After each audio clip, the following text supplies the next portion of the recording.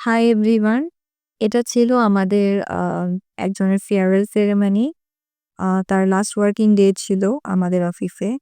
তো তার last working ডেটাকে আমরা আরেকটু মেমোরেবল করার জন্য সবার ছোট্ট একটা প্রচেষ্টা যে যেন তিনি যাওয়ার সময় আমাদের থেকে positive vibes and positive moments গুলো যেন সে নিয়ে যেতে পারে এটাই।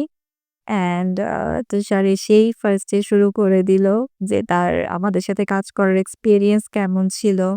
অ্যান্ড আমরাও বলতেছিলাম যে হ্যাঁ, আপনি আ কোনো কিছু বলার আগে দেখা যায় কি সবসময় মানে আমি যদি কিছু এক্সপ্লেইন করি যে এটা এভাবে করতে হবে বা এই জিনিসটা এভাবে করতে হবে।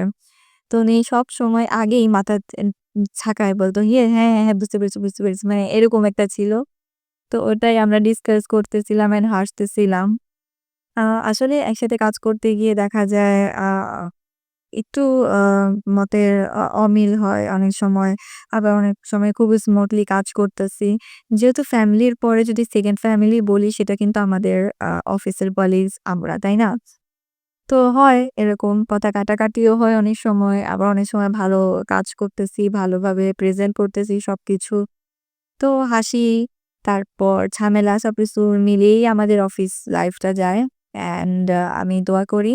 আসলে সবার জন্যই আমি সেম দোয়াটাই করি যে আমরা এখন যেখানেই আছি সবাই যেন আমরা বেটার পজিশনে যেতে পারি।